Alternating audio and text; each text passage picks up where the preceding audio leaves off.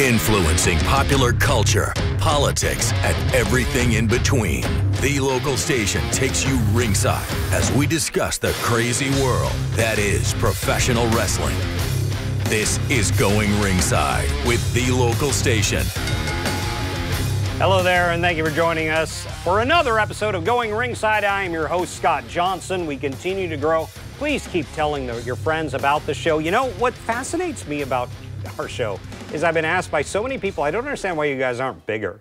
You have the biggest stars in the world coming on your show. As much as anyone in the country, we're getting them all here on Going Ringside, and today is no exception. In recent weeks, we had JoJo Offerman, Bray Wyatt's fiance, talking about the loss of him in our last episode. The week before that, Trish Stratus and Lita sat down and talked with us. The week before that, we had Jerry the King Lawler, Booker T before that. So it has been a packed summer here on Going Ringside, so I hope you'll go back and check out the archives. Of course, today is no exception. We've got Eazy-E. I think that was one of his nicknames. Eric Bischoff is with us today. Arguably the most controversial man in the history of pro wrestling. We set this thing up. We did it at River City Wrestling Con and sat and talked to the fans, did a long conversation with Eric, which we're going to show in a moment. And when they said, you know, there were a lot of, interviews they wanted me to do, like with Trish and Lita, but the one I was really excited for was Bischoff, because I wanted to pick his brain. He is such a fascinating, polarizing, controversial figure in this world.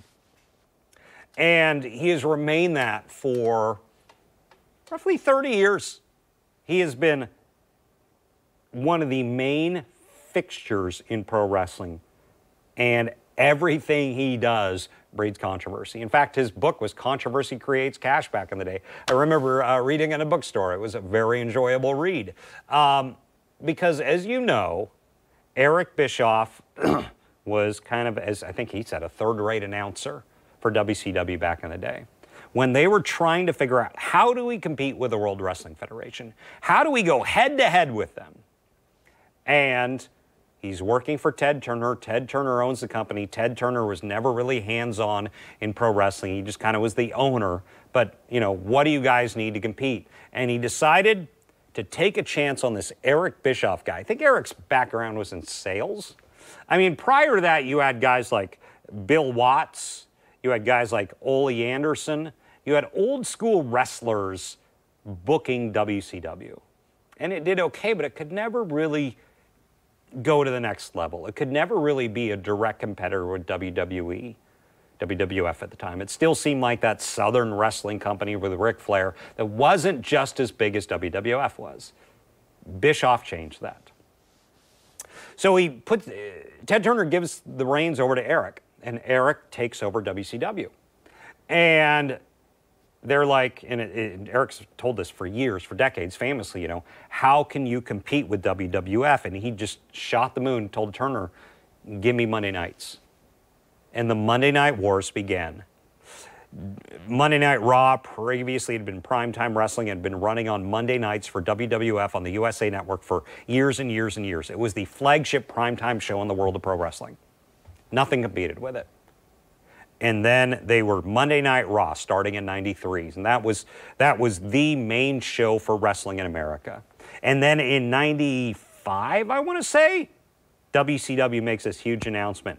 We're going to go head-to-head with Monday Night Raw on TNT, primetime, opposite the big show. And the Monday Night Wars began. And Eric Bischoff and WCW had one thing that WWF did not. They had Hulk Hogan.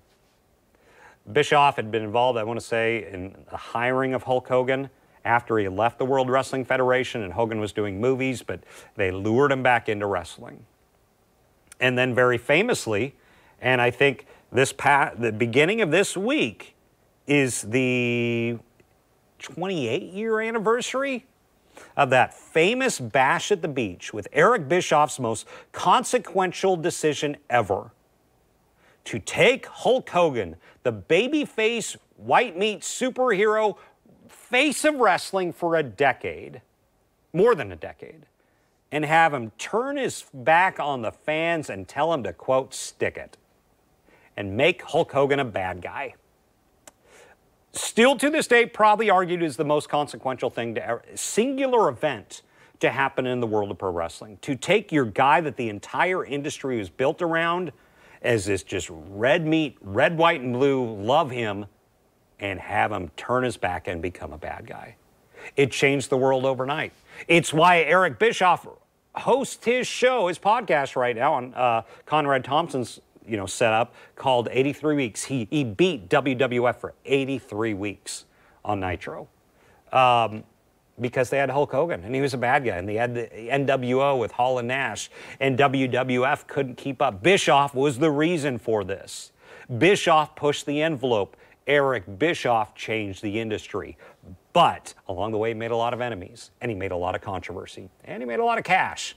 But because of all that, he's in the center of it, and he's had love-hate feuds with people over the decades. Bischoff has remained relevant and controversial. And he's always out there. And one of the things, and we're going to talk to him about this, and that he's always knocking Jacksonville-based AEW, or our headquarters is, or right across the street from AEW headquarters. Bischoff has been relentless going after Tony Khan on social media. He just does it week after week, going after Khan, saying he's booking it wrong, and a lot of people liken AEW to WCW. I understand. They both have the primetime TNT TBS spot. They're both trying to compete with WWE. I understand the analogy. I don't think it's exact. I mean, WCW was a Ted Turner property and then eventually sold out to Time Warner. AEW remains, owned pretty much wholly by the Khan family, based here where we're at in Jacksonville. They utilize, TNT, TBS as their TV stations to broadcast from. And that's up in the air on what Warner Brothers Discovery will do with AEW. We don't know, and we're going to be watching that here on Going Ringside. Either way, my point being is Eric Bischoff comes at it from I was kind of in Tony Khan's position. I was doing the same thing with WCW in the 90s. I was running it. I was trying to compete with WWE. So he's been one of their, probably the most outspoken critic of AEW. And of course, everyone looks at what Bischoff said. It makes headlines every week. And of course, I think he's going to do that again on this week's episode. So we talked to him about that. We talked to him about a lot of stuff, turning Hogan heel, feuds he's had over the years, in real life feuds, just kind of what's going on in life right now. So let's get to it. Without further ado, here is the most controversial man in pro wrestling. Here's Eric Bischoff. I'm Going Ringside host Scott Johnson. We're excited to be joined by the man himself, Eric Bischoff. Eric, thank you for joining us.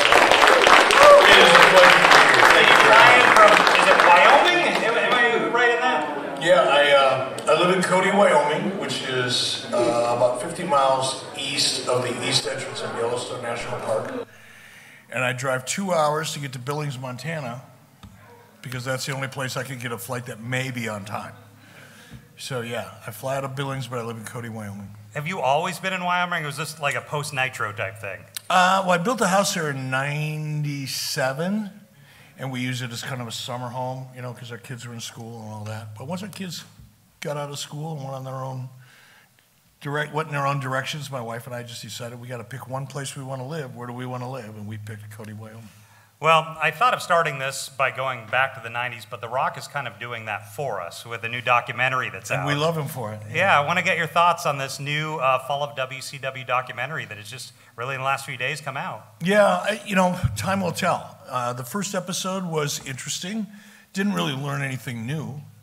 Heard from a lot of people that we've heard from before on this subject. It was good. I think the first episode really set up kind of the growth of WCW and help people to understand where WCW came from. But I think the next episode or two are going to be the ones that really tell the story. Okay. So we'll find out. Well, I haven't seen it. I didn't want to screen it. I didn't want to be involved in anything. Were you interviewed for it? Oh yeah. Okay. Yeah, and I helped them wrangle, some of the talent, some of the interviews that they couldn't get on their own, so I helped with a couple of those. So looking back for you, you were the announcer at WCW. That's how I started, yep. How did the conversation with, I've heard just kind of the short version, but how did the conversation happen with Ted to where, Eric, I want you to be something more with the company? Well, that wasn't with Ted. Okay. When Bill Watts was a part of WCW, it was a little bit of a disaster. That's putting it mildly. And Bill Watts was fired, and a gentleman by the name of Bill Shaw, who was the vice president of human resources. It happens.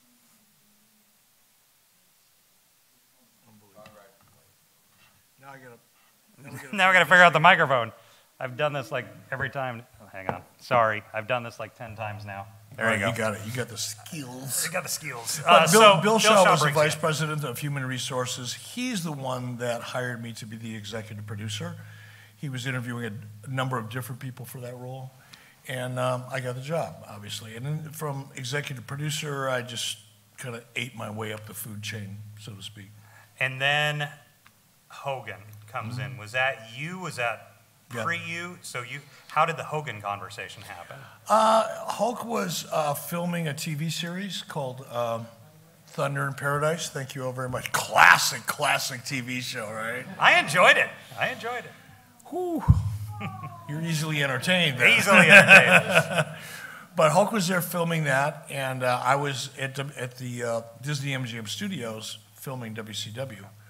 And Ric Flair is the one that put us together, actually. Okay. Introduced us. And then kind of everyone came with that. Macho, Mean Gene. Well, not all at once. Okay. Not all at once.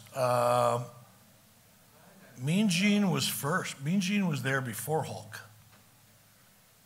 I don't think Bobby was. I can't remember. But, once Hulk came, then, Randy came, and things got a lot easier. So between Hall and Nash and the decision on Hogan turning heel, was that all a singular thing? Was that separate decisions for you? Yeah, because Sting was actually going to be the third man. Sting was going to be the third man. Yeah, Sting was going to be the third man. And Hulk was off doing a movie. I spent about a week and a half or 2 weeks convincing Sting that he should be the third man. And he was pretty open to it, to be honest. And that's what I was going to go with. And then I got a call from Hulk, and like I said, he was off doing a movie. We weren't supposed to have Hulk on TV again until October. This was in June. And Hulk said, hey, I can't leave the set. I'm doing a movie, but can you come out? Because I want to talk to you about what we may be doing creatively. I thought he was talking about in the fall when he came back. Okay. And I got to his trailer. It was about midnight, 11 o'clock at night. I flew from Atlanta. I got to L.A., and then I had to drive for, I think it was like 4 hours up into the mountains in Northern California where they were on location. The movie was called Santa with Muscles. Has anybody seen Santa with Muscles?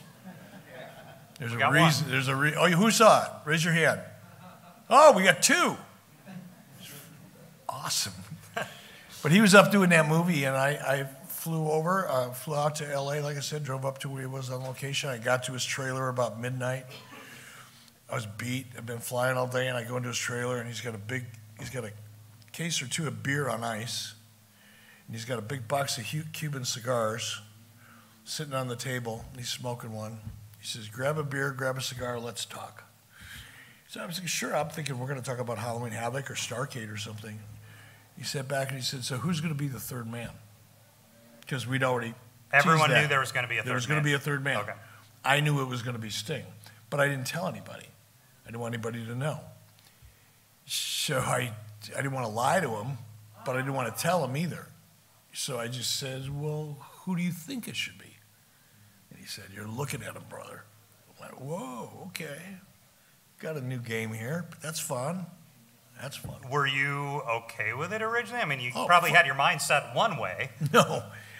I interestingly enough, I had about 8 months or a year before this, when Hulk volunteered to be the third man, I had gone to Hulk's house and sat down with him for quite a while and tried to convince him to turn heel, and he wasn't interested. So I didn't even think about going to Hulk and asking him to be the third man, because he'd already turned me down. He made it clear he didn't want to be a heel at that point in his career.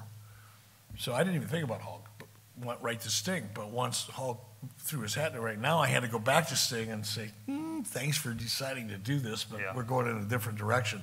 Sting took it well, though. And it was ultimately the best thing that happened to Sting, because that whole Crow character came about after the Hogan turn and the story between Sting and Hogan that lasted for a year and a half. was a far better story for Sting. Real quickly, and I do want to open it to our guests here who want to ask you questions, but on the Sting thing, on the Crow character, did that benefit him long term because the image never changes with age? Look at the line for Sting right now in this building. Has anybody been in line for Sting yet? It's brutal. So without question, it was the best thing that could have possibly happened for Sting's career is to not be the third man. Well, I do want to thank Farrah and Farrah for hosting this and helping us sponsor this, and I want to open it up to you guys. Anyone got questions for Eric? Red shirt right there, and for TV cameras, I will repeat the questions. Go ahead. Eric, one of the coolest things about Nitro to me was always how you did the backstage. It was very different, very realistic. I was wondering, like, what were some of the things like that you're most proud of creating? What are some of the things you're most proud of for your time in Nitro? My answer is going to be boring to you, as it should be, or it would be boring to anybody who's not in the television business. What I'm most proud of is the format, is changing the way the product was presented, starting with being live every week. Nobody else was doing that. And now everybody's doing that. And the reason everybody's doing that is because I proved it works. And it's changed the wrestling industry to this day in a very, very dramatic way. So I can't help but be proud of that. It was risky. It was an expensive move because producing live television is more expensive. It's certainly a lot riskier because a million more things can go wrong. But it was a risk and an investment that I think changed the way we watch wrestling today. Do you think it's going to change again with the Netflix deal and probably other streaming deals that wrestling will keep with? It'll stay live. It'll stay live? Yeah. It's one of the reasons that wrestling is, the reason that the WWE got as much money as they did from Netflix is because there's so little live action entertainment today available on television. You have sports, you have news, you don't have a lot else. Yeah. And wrestling provides that live form of entertainment that you really can't get anywhere else. Any other questions? Yes, sir, right here. So I got a question. When you first came to WWE, it was about 5 months after the NWO showed up. Do you think that if you came with them as really the core four of the NWO, that you could have lasted that throughout a whole year's time span to really cap off, say, WrestleMania 19, instead of just after WrestleMania 18, Hulk Hogan leaving, and then the NWO version of the WWE kind of just going and being nothing? He asked if he should have come in with NWO. Go ahead. No, and I think that was the original plan. I actually got a phone call from Jim Ross when they were planning that whole NWO thing, and unfortunately, Jim wasn't very candid. He didn't tell me what they were thinking. He was being cagey, because Jim really didn't like me very much. He blamed me for him getting fired, which he actually resigned. He didn't get fired. And all I did was tell Bill Shaw, because Bill Shaw, who's the president or the acting vice president of the company at the time, came to me and goes, Jim Ross wants to leave. What should we do? So if he doesn't want to be here, you don't want to keep him like a freaking prisoner. If he doesn't want to be here, let him go. And they let him go. Well, somehow in Jim's mind, that was me firing him. Now, Jim and I have become friends. We're good. We started out as friends. We had a little bit of a thing.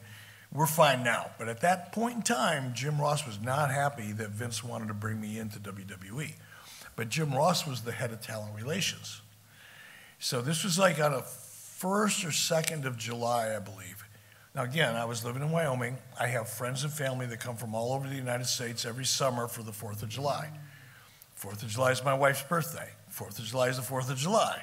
My dad passed away on the 4th of July, so we have a little bit of a family reunion as a part of my wife's birthday in the 4th of July, right? It's a big damn deal. And I had friends coming in from all over the country that were hauling their motorcycles because we would often, go for Harley rides up in the mountains when they would come and visit.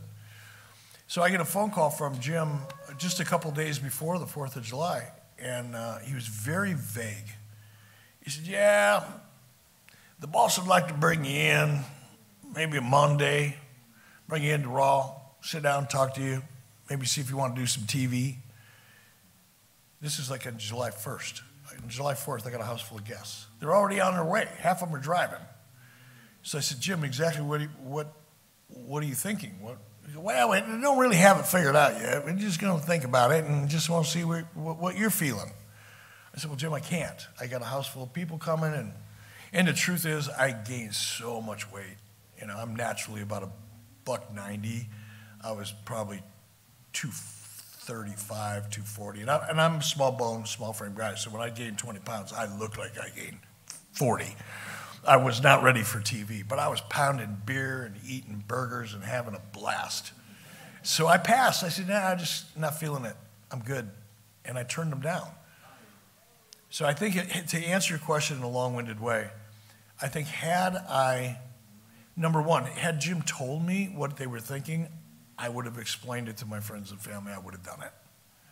I would have worn a big heavy coat so you could see how fat I was, but I'd have done it. I want to get your opinion on, I want to backtrack to the JR thing, which interests me about wrestling. We hear so much of these iconic feuds that happen. You mentioned JR, tension back in the day. There have been other people that we hear about these big stories that they hate each other, they hated each other. Do most of those fences get mended as the years go by? Like you hear about these guys that hated each other 30 years ago, but they're best of friends now? Yeah, it's a weird dynamic, isn't it? And I was just thinking about this the other day, that same thing, because it's like when I first got to WCW, Jim Ross was the head of all the announcers, right? He was the boss. And Tony worked under him, and I worked under Tony. And I wasn't a threat to anybody. When I got hired in WCW the first time, when they brought me in the first time, I was like the backup to the backup to the backup of the announce team. Like, I did all the stuff that nobody else wanted to do or had time to do. And I was thrilled with that. I had no aspirations to get into management or do anything like that. I was just thrilled to have a job. And because I wasn't a threat to anybody, people would always say shit in front of me that they probably shouldn't have. And I'd hear this guy burying this guy and this guy burying this guy, and Dusty Rhodes is a son of a bitch, and then I'd be hanging out with Dusty drinking a beer, and he'd talk about what a piece of shit Jim Ross was. And then I'd see them together, and they were like best friends. I'm thinking to myself, this is weird. You know, how do you go from somebody's a piece of garbage to, hey, let's go grab a burger? You know, whatever. But I think because wrestling is such a, number one, it's a weird business. Just like the music business is a weird business, acting is a weird, any performing art is a strange business. It's not all based on merit. It's very subjective. So you get a lot of jealousy, you get a lot of insecurity, you get a lot of just lack of honesty, I would say. But I think that's true in the entertainment business. I've been involved in the entertainment business outside of wrestling. I think it's even more true there than it is in wrestling. Who's next? Right there, sir. What was the thought process, or when was it decided to make you a part of the NWO? The thought process to bring you into the NWO? You know, I wanted somebody to be the face of the NWO, and I went with Ted DiBiase first, and nothing at all against Ted, because Ted's a phenomenal performer, he's a great guy, he's a true professional, but it just didn't fit. It was bad casting. Ted DiBiase didn't have that edge that Nash and Hall and even Hogan had, or X-Pac. We needed something that was a little edgier. And part of it was a result of the fact that we started realizing, after we started doing the NWO and they were crashing this party backstage and throwing people around, you know, on the set outside of Disney and all the crazy stuff they did, it's like, well, how do we explain to the audience how they get away with this? Like, why wouldn't we just stop the NWO? Like, if I was the president of the company and there was really these people coming in and disrupting everything we were doing, why wouldn't I just go, no, we're not going to do that anymore. There's three cops at every door, and if you come in, they're just going to shoot your ass. So we're going to be done with this nonsense, no more. So once we realized that, wait a minute, we've got to somehow explain how the NWO is being able to infiltrate WCW and get away with all these shenanigans. And that's when I went, wait a minute, what if I'm in on it? What if I'm the mastermind of the NWO? So that worked from a storytelling perspective, that worked for me. It made a little bit of sense. Well, in wrestling, it made all the sense in the world. You don't need to make a lot of sense. You just need to make a little bit in wrestling and you're good. And this made perfectly good sense. And I also knew, because I kind of wrote the story, what I wanted the story to feel like. And I knew as a performer, who better than to represent the character than the guy who wrote the character. So I volunteered myself, so to speak. Orange shirt in the back. With the evolution of my lifetime, going from a camera off to tell the story to now spot fest, as they call it, is there a recognizable product in 30 years? Great question. I think about that almost daily. I think what you're seeing, let's go back to, this is going to be a long answer, but it's a good question, it deserves it. If you go back to 95, 96, let's go back to pre-Nitro. Pre-Nitro, the WWE was all animated cartoon-type characters, garbage men, dentists, midgets, clowns, just crazy animated type characters, right? And it was a product that appealed to teens and preteens. If you go back and you look at WWE's business model from the early 80s all the way up until 96 or 97, everything they did was targeted towards teens and preteens because that was the bulk of their revenue, right? Nitro comes along, I have to do something different than they were doing because I couldn't be better than them if what they were already pretty good at. I had to find something else to be good at. So I went for the 18 to 49-year-old demo because WWE wasn't paying attention to them. They were underserved, as they say in the marketing business. So I geared most of my content for the 18 to 49-year-olds, and part of that decision was bringing in the luchadors and creating the Cruiserweight Division. Now, I created that division because I liked the style. I liked the action, the faster pace. A 180-pound guy can work a lot faster than a 260-pound guy. I had a lot of 260-pound guys. I wanted something different. It's like a buffet. I didn't want to have just nothing but ham on my buffet. I want to have ham, I want to have prime rib, I want to have steak, I want to have fish, I want to have chicken, I want to have whatever. So I thought, I'm going to bring these cruiserweights in because I'd seen that style in Japan. I was watching it closely in New Japan Pro Wrestling. And Eddie Guerrero, Dean Malenko, Chris Benoit were active in New Japan. So I brought them over to the US. I created the Cruiserweight Division. I specifically told them, here's how I want you guys to work. I want you to work just like I see you work in Japan. I don't want you to work an American style. I want you to work a Japanese style.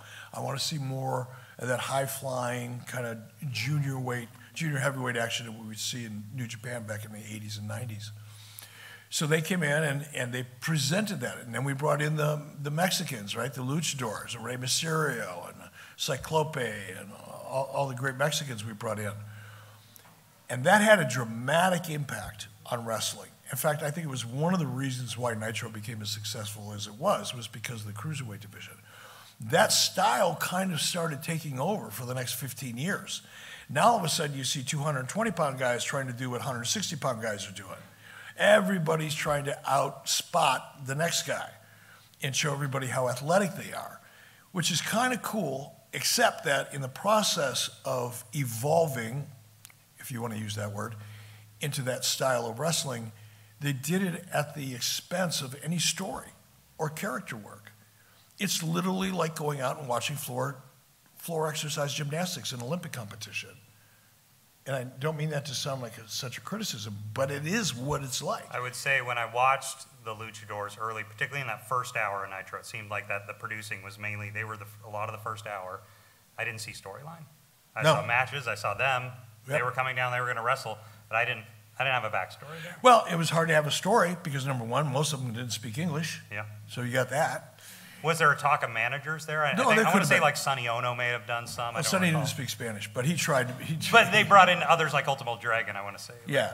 Yeah. But it didn't work. In order to tell stories, you have to have a pretty good grasp on the English language, and even Sonny, as much as I love him, we've been friends since 1976. He still struggles with English. Yeah. Trust me. You get 2 beers in him, and you don't know what he's talking about half the time. But the other issue with the Mexicans were that they weren't living in the U.S. full time. They'd come in and work a show, and then they couldn't work again for another 2 weeks, and then, you know what I mean? So there was no continuity. Did you ever have to deal with legal issues, immigration issues, Sure. green card things. Sure. As a company, you would have to deal Sure. with it. Really. But to finish off the answer, what happened is once we kind of created this high-flying aerial market, because now everybody was digging it and trying to do it, people lost sense of the story. And I think what's happening now, I know it's happening in WWE, I'm 110% sure it's happening there, is they're refocusing on story dramatically. I think what AEW is going to find out eventually, I can only hope, is that they're going to have to start telling stories to take the emphasis off the stupid spot fest bullshit that they do, because nobody cares.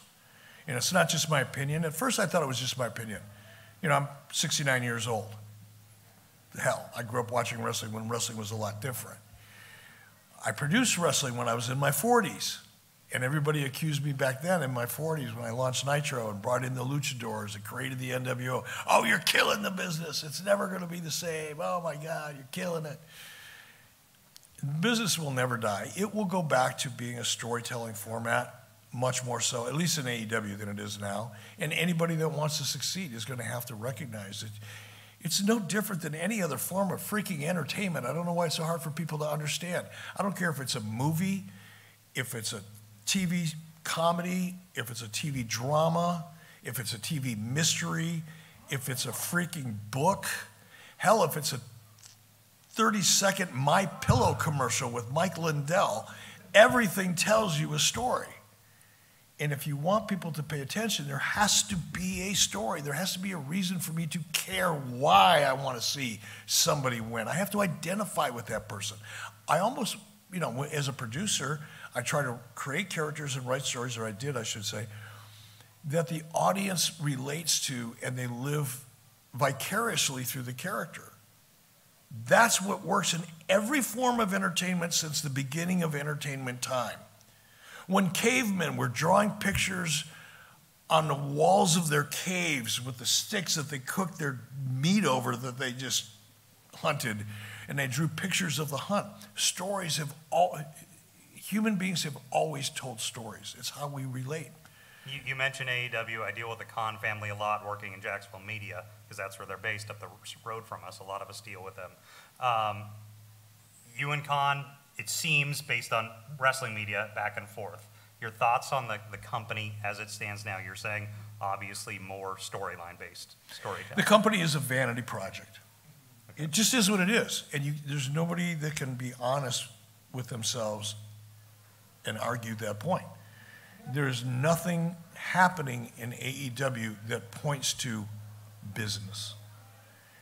If you look at their television ratings, they've been deteriorating for the last 2 years. They're on a glide path. It's not like a crash, but if you just look at the ratings from week to week and you look at the graph that represents those ratings, it's going down.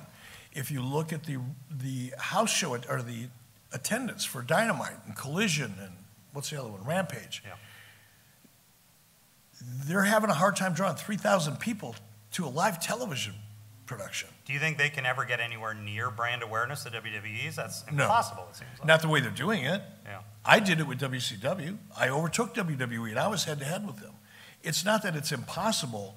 It's just impossible the way Tony Khan is doing it. It'll never happen. When they have a live Dynamite, and they go into a major market, and they can't draw 3,000 people, when the wheels were falling off of WCW in 1999, I just looked at a Nitro that we did in Houston, Texas in May of 1999.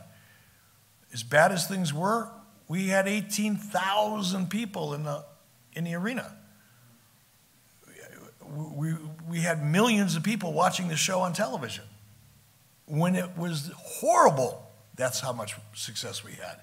And AEW will never even come close to having that success that we had when we were at one of our lowest points. Let's get one final question. The little one, younger lady, in the third row, in the hat. Oh, yeah, I'm sorry. Couldn't see you very well. In the hat, right there, third row. So you talked about I want to ask you and anybody in NXT right now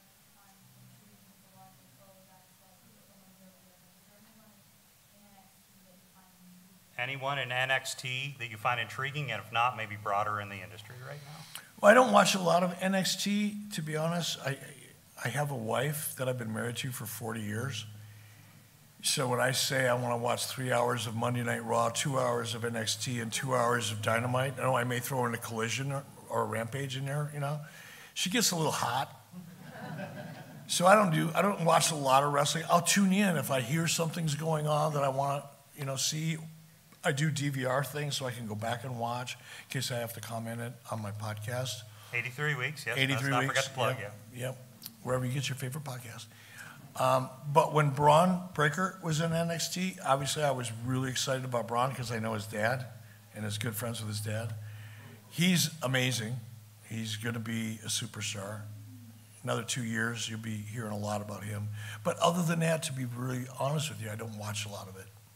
Well, Fair and Fair, we appreciate you sponsoring this. Eric, we appreciate you taking the time out of your day. Thank you so much for joining us. So glad to sit down with Eric and discuss just everything about pro wrestling. A lot of fun to talk to him because Eric comes at it not as much from just a wrestling background. He comes at it from a media executive background. He looks at things differently than a lot of wrestlers who knew it as employee. He was kind of the employer for a while. He understands how to run a company. As you'll hear him on 83 Weeks, he'll talk a lot about story arcs and episodic television and telling a long story in television format, which a lot of wrestlers don't understand because there's so much focus on, learning to be a wrestler, learning to talk, learning to do all that. You also need to learn to produce a television show that is compelling, that people watch week after week. And that's really Eric's background. That's what Eric was strong in. Obviously, when he did the NWO, that made him just jump above everyone because the NWO was the biggest thing to ever happen in wrestling at the time when you turned Hulk Hogan heel. So Eric has certainly remained one of those polarizing figures. I enjoy his podcast, 83 Weeks, listen to it as often as I can, and I was so glad we could sit down and talk to him. Thank him for joining us, and thank you for joining us. Please continue to tell your friends about Going Ringside. We've had the biggest stars in the world on all summer, and that's going to continue. So tell your friends about the show. Share it in wrestling chat rooms or groups. Do they even have chat rooms anymore? I don't know. Wherever you talk about wrestling online, let people know about Going Ringside. We're based here in Florida, and we've got the biggest stars in the world coming on our show week after week after week. We just need more people to know about it, so help spread the word. Thank you for joining us for this episode. We'll see you back here next time. This has been Going Ringside with The Local Station, brought to you every Wednesday on your favorite podcast player, on New Sport Jax Plus, as well as the New Sport Jax YouTube channel.